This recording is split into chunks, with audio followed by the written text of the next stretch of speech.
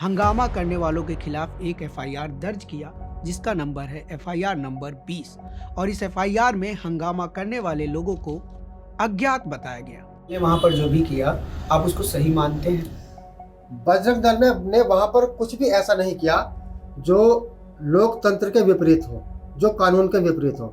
एक कमलपाल मौजूद थे। हाँ, मौजूद था। जिनकी कंप्लेन पे एफआईआर हुई है दीपक पर। वो है कमलपाल। राजेश नोटियाल, ये मौजूद थे। सौरभ नोटियाल, ये थे। मैं तो धन्यवाद करता हूँ बजरंग दल वालों का कि वो एक ही जिले के लड़के आए 80-90। आप ये सोचिए कि अगर ऋषिकेश, देहरादून, हरिद्वार, पौड़ी, श्रीनगर इधर से बजरंग दल या बिजनौर से सब मिक्सअप आते तो इनका तो मेरे को लगता है इन्हें बचाने वाला भी नहीं मिलता कोई। अपनी रिकॉर्डिंग कर रहा हूँ। अरे भैया आपकी रिकॉर्डिंग हो गई ना, हमने आपको बता अभी कहाँ, मैं आज ही तो कंप्लीट कर रहा हूँ। हो गया ना, हो गया आपका भाई।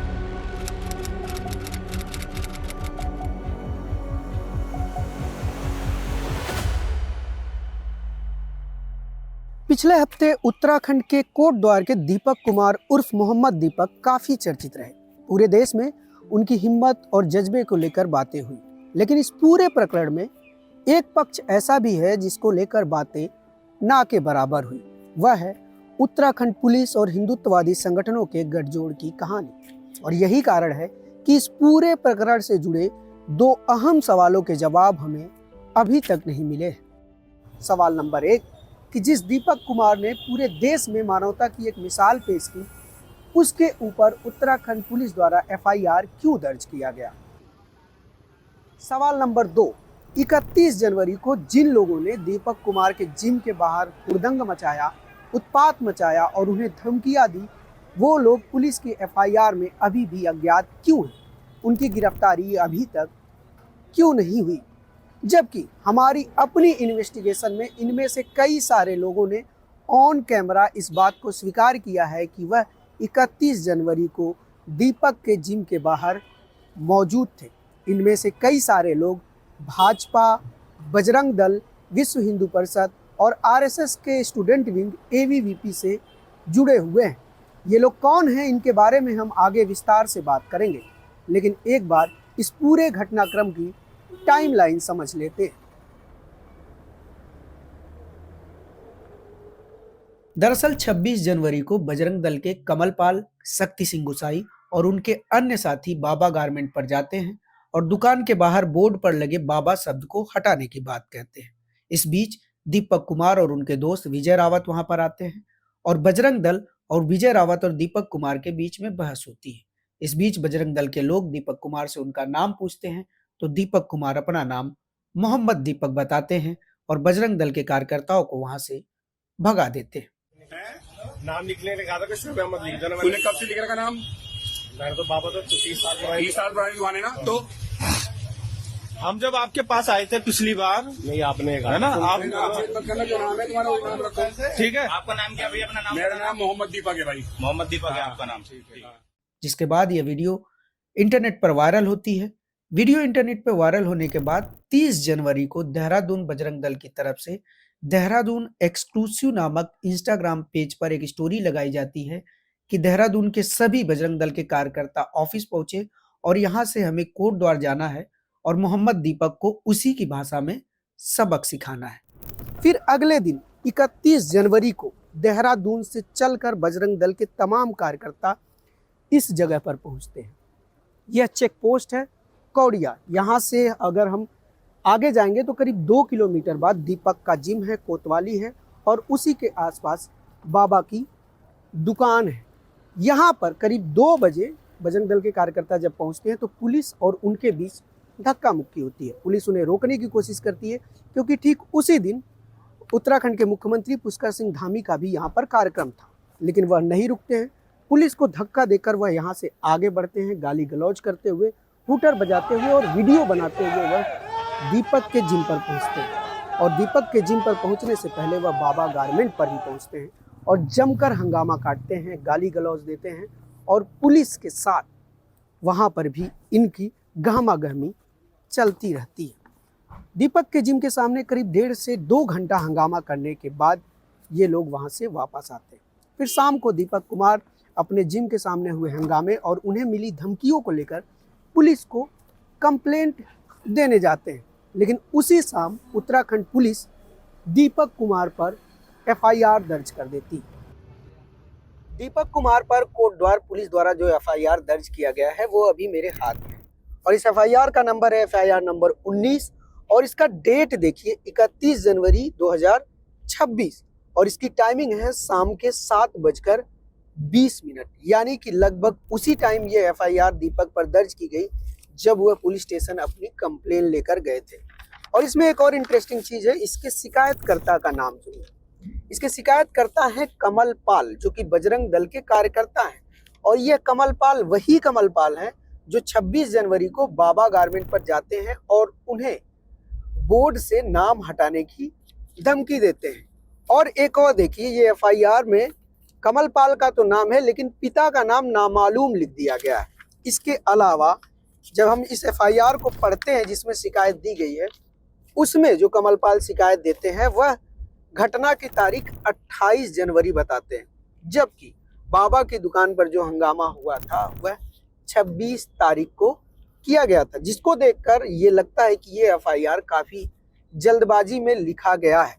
इसके अलावा इस एफआईआर में कमल पाल लिखते हैं कि वह अपने साथियों के साथ विश्व हिंदू परिषद की धर्म रक्षा निधि के निमित्त जनसंपर्क में गए हुए थे।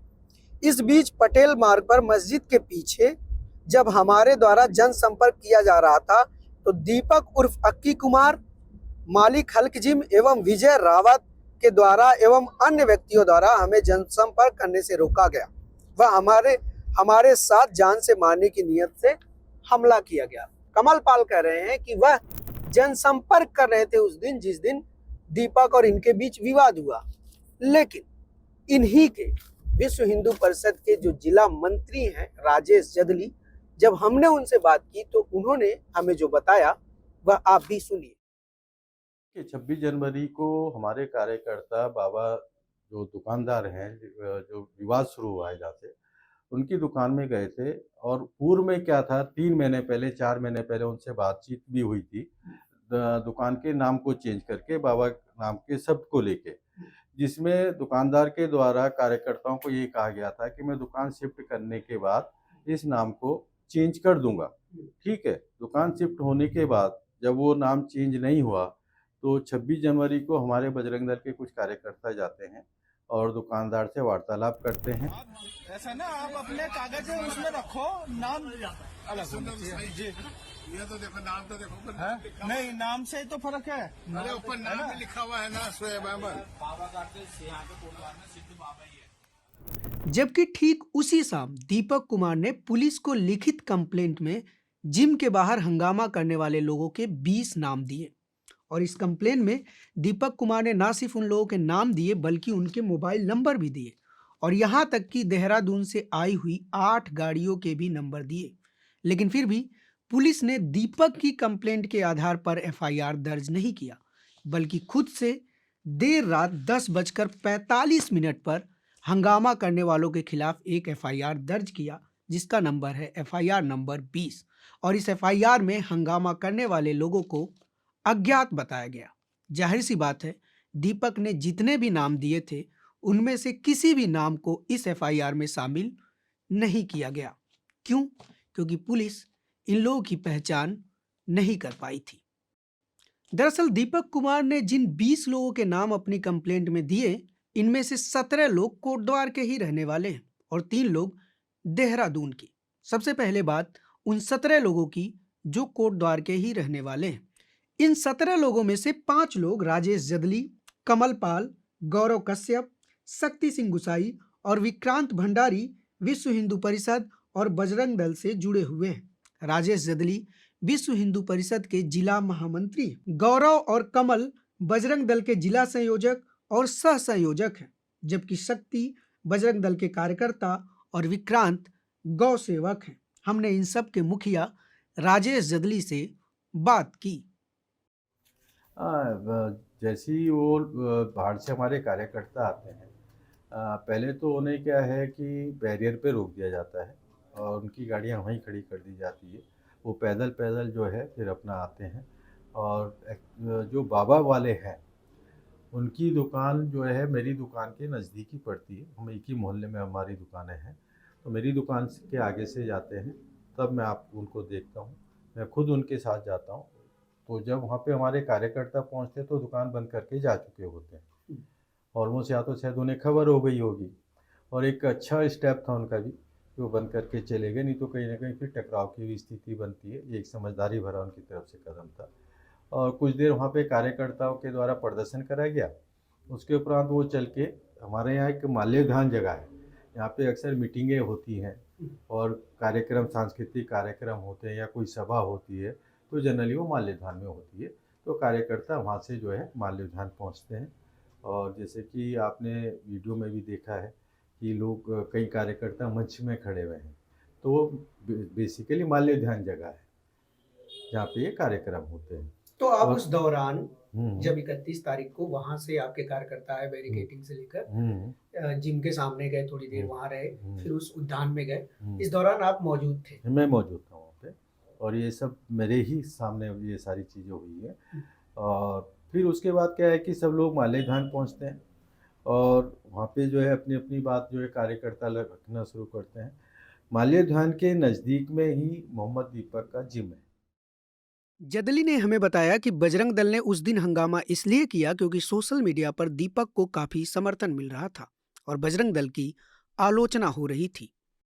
उनके आने से पहले सोशल मीडिया में जिस तरीके से पोस्टें चली हैं, ये सब उसी का परिणाम है। आप ये देखेंगे एक ट्रेंड चला उस टाइम पे, मोहम्मद दीपक, उसके पक्ष में कई तरीके की पोस्टें आती, कई तरीके के कमेंट्स आते, कई तरीके के पोस्टों में लिखा जाता है। तो क्या वो सही था? क्या वो सब होना चाहिए था? ये एक सोचने का विषय है। और वो सब पोस्टें आने की वजह से, लोगों के तरीके के कमेंट्स आने से, जैसे बजरंग दल को लेके कई तरीके के उसमें आपत्तिजनक जो है कमेंट्स करे गए। बजरंग दल को गुंडा कहा गया, बजरंग दल को बेरोजगारों का संगठन कहा गया। तो उससे क्या होता है कि अब क्या है कि बजरंग दल में ज़्यादातर युवा व्यक्ति हमारे हैं। अब होता ये है कि कहीं न कहीं जो व्यक्ति किसी संगठन से जुड़ा होता है, तो उसके अंदर भावनाएँ होती हैं। तो इन सब वीडियो को देखने से क्या हुआ, कार्यकर्ताओं की भावनाएँ आहत हुई।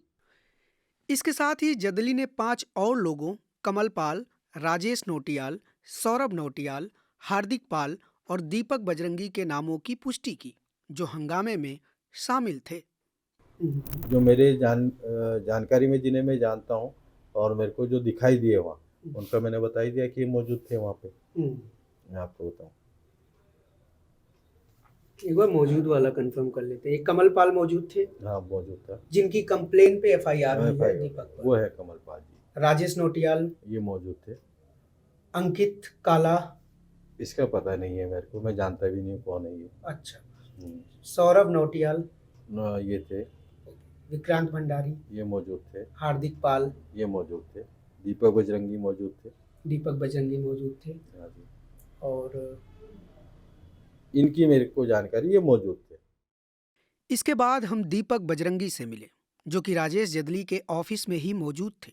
दीपक बजरंगी खुद को हेट स्पीच के लिए मशहूर यति नरसिम्हानंद सरस्वती का शिष्य बताते हैं। 31 जनवरी के दिन भी हंगामे के दौरान बजरंगी को भाषण देते हुए सुना जा सकता है।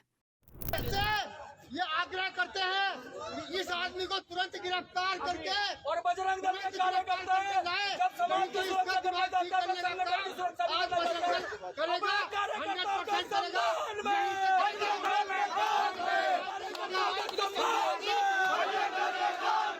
कार्यकर्ताओं के सम्मान में, कार्यकर्ताओं के सम्मान में, कार्यकर्ताओं के सम्मान में। ये बिल्कुल सत्य है। मैं अपने बच्चों के साथ था, मैं उनके साथ गया था वहाँ पर। हालांकि पहले मुझे जानकारी नहीं थी, लेकिन जब मुझे जानकारी रही कि मेरे बच्चे देहरादून से, हरिद्वार से और जो भी बाहर से आए थे, तब मैं उनके साथ गया था। मैं वहाँ पर उपस्थित था, मालवीय उद्यान के भी आसपास ही था मैं। और जो प्रकरण भी जहाँ पर हुआ, कोई उसमें कोई ऐसा कार्य नहीं हुआ कि उस पर कोई मुकदमा बने। तो आप इस चीज का समर्थन करते हैं? वहाँ पे जो भी हुआ, किस चीज़ का? आप बजरंग दल ने वहाँ पर जो भी किया, आप उसको सही मानते हैं? बजरंग दल ने वहां पर कुछ भी ऐसा नहीं किया जो लोकतंत्र के विपरीत हो, जो कानून के विपरीत हो। उन्होंने बहुत शांतिपूर्वक प्रदर्शन किया और मेरे हिसाब से शांतिपूर्वक प्रदर्शन करना भारत के प्रत्येक नागरिक का अधिकार है, वही उन्होंने किया। तो कहीं से भी इसमें कुछ गलत नहीं है। इसमें आपका नाम दीपक बजरंगी आपका ही दीपक बजरंगी मेरा पुराना नाम है। ये इन्होंने बहुत बड़ी गलती कर दी है, क्योंकि मैं तो अपना पिंडदान करके संन्यास ले चुका हूँ, और जब हमारा पिंडदान हो जाता है तो हमारा पुराना सब कुछ समाप्त हो जाता है। तो मेरा नाम यति परमात्मानंद गिरी है, और मुझे नहीं पता है कौन दीपक बजरंगी है या था, तो भैया उसी को पकड़े जो दीपक बजरंगी है। मैं तो यति परमात्मानंद गिरी हूँ। अब आपका नाम बदल चुका है। अब मेरा तो 3 साल हो गए, 3 साल पहले मेरा संन्यास हुआ, और तभी विधिवत घोषणा हुई, मेरा नाम सब चेंज है। और मेरे पिताजी का नाम यति नरसिंहानंद गिरी है, और मेरा जो एड्रेस है वो शिव शक्ति धाम डासना है। तो पता नहीं कोई नया दीपक बजरंगी होगा, उसका होगा है, मेरा तो नहीं है। इन 17 लोगों में से एक नाम सौरभ नौटियाल का भी है। सौरभ नौटियाल भाजपा से 2 बार के पार्षद हैं और भाजपा के जिला अध्यक्ष राज गौरव नौटियाल के भाई हैं। वो तो मैं आपको बता रहा हूँ कि मैं तो धन्यवाद करता हूँ कि बजरंग दल वालों का कि वो एक ही जिले के लड़के आए 80-90। आप ये सोचिए कि अगर ऋषिकेश, देहरादून, हरिद्वार, पौड़ी, श्रीनगर, इधर से बजरंग दल या बिजनौर से सब मिक्स अप आते तो इनका तो मेरे को लगता है इन्हें बचाने वाला भी नहीं मिलता कोई। मैं आपको सच बात बता रहा हूँ भाई साहब। तो ये उसका वो था प्रतिकार, क्योंकि जो भी जा रहा है ये अब इनके लाइक्स भी कि हजारों में लाखों में उसमें थे इंस्टाग्राम में, क्योंकि हम अपनी कम्युनिटी के नेता आएंगे। तो मतलब आप ये कह रहे हैं कि जो दीपक का वीडियो वायरल हुआ उसके बाद जो इंटरनेट पर हाँ, जो ये बाहर से नेताओं का आना, मुस्लिम मोहम्मद नेताओं का आना शुरू हुआ, उसके कारण ये लहर आगे बढ़ी। उस पर बजरंग दल ने प्रतिक्रिया किया। हाँ, क्योंकि वो तो यहाँ आ रहे, वो तो उसे इंसानियत का पुजारी देवता बना के चले जा रहे। और जब वो अपनी रील डाल रहे हैं, कहीं कोई उसे महादेव के रूप में दिखा रहा है, भाई अपने पैगंबर के रूप में दिखाओ ना उसे। तुम उसे कभी हम शिव जी के रूप में दिखा दे रहे हो, कभी हनुमान के रूप में दिखा रहे, अपने पैगंबर के रूप में दिखाओ उसे। दूसरे के भगवान को, तो इस चीज से वो चीजें बढ़ गई, तब जाके 31 तारीख को विरोध हुआ भाई साहब। 31 के विरोध को आप सही मानते हैं? देखिए भाई साहब, जिस तरीके से इन्होंने ये जो हरकतें की हैं, तो मैं तो बिल्कुल जायज मानता हूँ भाई साहब उसे, मैं उसे गलत नहीं मानता हूँ। इसी तरह भारतीय जनता युवा मोर्चा से जुड़े 3 लोग नयन मोंगिया, शोभित अग्रवाल, अंकित काला का भी नाम शामिल है। हमने नयन मोंगिया से बात की, जो कि युवा मोर्चा के नगर महामंत्री हैं। तो आप थे उस दिन 31 को वहाँ पे? हम बात सौरभ जी के साथ? सौरभ जी के साथ थे। क्या हुआ था एग्जैक्टली? बजरंग दल वाले कुछ कार्यकर्ता देहरादून से आए थे, ठीक है। वो अपने शांतिपूर्ण रूप से प्रदर्शन कर रहे थे, ठीक है। जैसे ही वो इसके जिम के पास पहुँचे तो जिम से ये मतलब उन्होंने कोई विरोध नहीं, कोई कुछ नहीं, ये अपने जिम से रॉड निकाल के लाया मारने के लिए उनको। तो वो भी तो भड़केंगे, मतलब वो थोड़ा भड़कना तो उसी को कहते हैं ना, तो वो भी भड़केंगे उस चीज़ में फिर, ठीक है। तब हम अपना सीएम साहब का कार्यक्रम निपटा के वापसी आ रहे थे, हमने देखा कि वहाँ पे वैसे हुआ, उनके साथ बदतमीजी हुई, ठीक है। तो फिर हम गए बाहर उनके पास, उनके साथ गए, ठीक है। तब वो यही चीज़ में मैटर बढ़ता गया, बस और कुछ। तो क्या मैटर बढ़ा, उसके बाद क्या हुआ? अब अगर उसके बाद पुलिस प्रशासन ने भी पुलिस प्रशासन ने दोनों साइड से सहयोग कराया, ठीक है, और आपका उनको जाने के लिए बोला। दीपक कुमार की कंप्लेंट में 3 और नाम हैं: आशीष काला, अंकित त्रिपाठी और युवराज राणा। अंकित त्रिपाठी और आशीष काला का कहना है कि वो लोग हंगामे में शामिल नहीं थे। के बाद हमने ये देखा, ये जो प्रकरण चल रहा था 26 तारीख को भी, उसमें भी कहीं एबीवीपी का कोई कार्यकर्ता नहीं था। तो उसके बाद 31 तारीख को जब ये मामला हुआ है, तो रात को मेरे पास सूचना आई 1 तारीख को उसके बाद कि ऐसे ऐसे लोगों के नाम आए हैं। उसमें मेरा नाम भी है, उसमें आशीष काला का नाम भी है, युवराज राणा का नाम भी है, और कई सारे ऐसे फर्स्ट ईयर के कार्यकर्ता जिनको आगे एक द्वेष भावना से, मतलब एक कह सकते हैं कि सिर्फ ये लोग अगर राष्ट्रवादी विचारधारा से जुड़ रहे हैं तो इन लोगों को कैसे आगे रोका जाए, इस तरीके से उन्हें डरा के धमका के उनके ऊपर ऐसे मुकदमे करेंगे। इस तरह से जिन 17 स्थानीय लोगों को कोटद्वार पुलिस नहीं ढूंढ पाई, उनमें से 15 लोगों की हमने पुष्टि कर ली और इनके संगठन के लोगों से ऑन कैमरा बात भी कर ली। हम बाकी के लोगों से भी ऑन कैमरा बात कर लेते, लेकिन इससे पहले कि हम उन तक पहुंचते, कोटद्वार पुलिस ने हमारी रिपोर्टिंग पर रोक लगा दी और हमें समय से पहले कोटद्वार से दिल्ली आना पड़ा। आप किस उद्देश्य से यहाँ पे खड़े हैं? मैं अपना मैं काम कह कर रहा हूँ, जैसे आप अपना अपनी ड्यूटी दे रहे हैं। तो आपकी बाइट हो चुकी है ना, अब कौन सा काम है आपको, मुझे ये बताइए। आपकी बात करनी है मुझे? नहीं, आप किस काम से खड़े हैं मुझे बताओ। मैं क्या काम कर आप रहा 3 दिन हूँ? से लगातार इसके इर्द गिर्द घूम रहे हैं यहाँ पे जो है, हाँ। है ना? तो आप जाइए, आपकी बाइट हो चुकी है, आपका काम हो चुका है। अब इन 20 लोगों में से जो बाकी के 3 नाम बचे हैं, भुप्पी चौधरी, सिद्धांत बडोनी और अमन स्वेडिया, ये लोग देहरादून बजरंग दल से जुड़े हुए हैं और इनकी दर्जनों वीडियो सोशल मीडिया पर उपलब्ध है, जिसमें वह मुस्लिम व्यापारियों और दुकानदारों को हैरेस करते हुए देखे जा सकते हैं। यहाँ तक कि फैक्ट चेकर मोहम्मद जुबैर ने घटना के अगले ही दिन ट्विटर पर इनके बारे में सारी जानकारी शेयर की थी और पुलिस को टैग भी किया था, लेकिन ये लोग अभी भी पुलिस की नज़र में अनजान हैं और FIR में अज्ञात हैं। जाहिर है कोटद्वार पुलिस अभी तक इनकी पहचान नहीं कर पाई है। हालांकि पुलिस ने बाबा गारमेंट के मालिक वकील अहमद की कंप्लेंट पर 26 जनवरी को उनके दुकान पर हुए हंगामे को लेकर बजरंग दल के जिला संयोजक गौरव कश्यप और कार्यकर्ता शक्ति सिंह गुसाई पर FIR दर्ज किया है, लेकिन इस मामले में अभी तक गिरफ्तारी हुई है या नहीं, इस बारे में हमने पुलिस से बात की। साथ ही हमने पुलिस से यह भी पूछा कि दीपक ने जिन लोगों का नाम कंप्लेंट में दिया था, क्या उनमें से किसी को गिरफ्तार किया गया है या उनमें से किसी का नाम पुलिस द्वारा दर्ज FIR में शामिल किया गया है या उनमें से किसी की पहचान हो पाई है। सुनिए पुलिस ने हमें क्या बताया। अच्छा सर, बेसिकली मैं स्टोरी कर रहा था, जो कोटद्वार में मसला हुआ है उसको लेकर एक फाइनल रिपोर्ट प्रिपेयर कर रहा था। अब तो सब सामान्य कोई आवश्यकता ही नहीं है ना। हाँ, तो एक चीज़ जाननी थी मुझे, बेसिकली जानना ये था कि दीपक कुमार ने जो 20 नाम दिए थे अपने कंप्लेन में, उनमें से किसी को शामिल किया गया है पुलिस की FIR में? कोई नाम नहीं, वो सारे जो जितने भी वीडियो में सब कर ही रहे, तो अब इसको ना आप रहने दीजिए, बहुत ज्यादा हो गया। आप कहाँ से हैं, मतलब किस चैनल से हैं? मैं न्यूज़ लॉन्ड्री से हूँ, दिल्ली से बोल रहा हूँ। हाँ। मुझे जानना है कि इस मामले में गिरफ्तारी भी हुई है किसी की? इसके बाद ASP चंद्रमोहन सिंह ने हमारा फ़ोन काट दिया। इसके बाद हमने उनसे कई बार संपर्क करने की कोशिश की, लेकिन उन्होंने जवाब नहीं दिया। हमने कोटद्वार के CO तुषार बोरा से भी संपर्क किया, लेकिन उन्होंने भी जवाब नहीं दिया।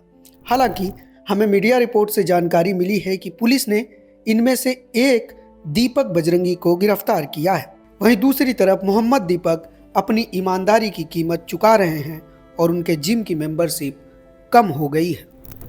उत्तराखंड में पुलिस और हिंदुत्ववादी ताकतों के गठजोड़ की यह कोई पहली कहानी नहीं है। ऐसी कई सारी कहानियां हम आप तक लेकर आए हैं।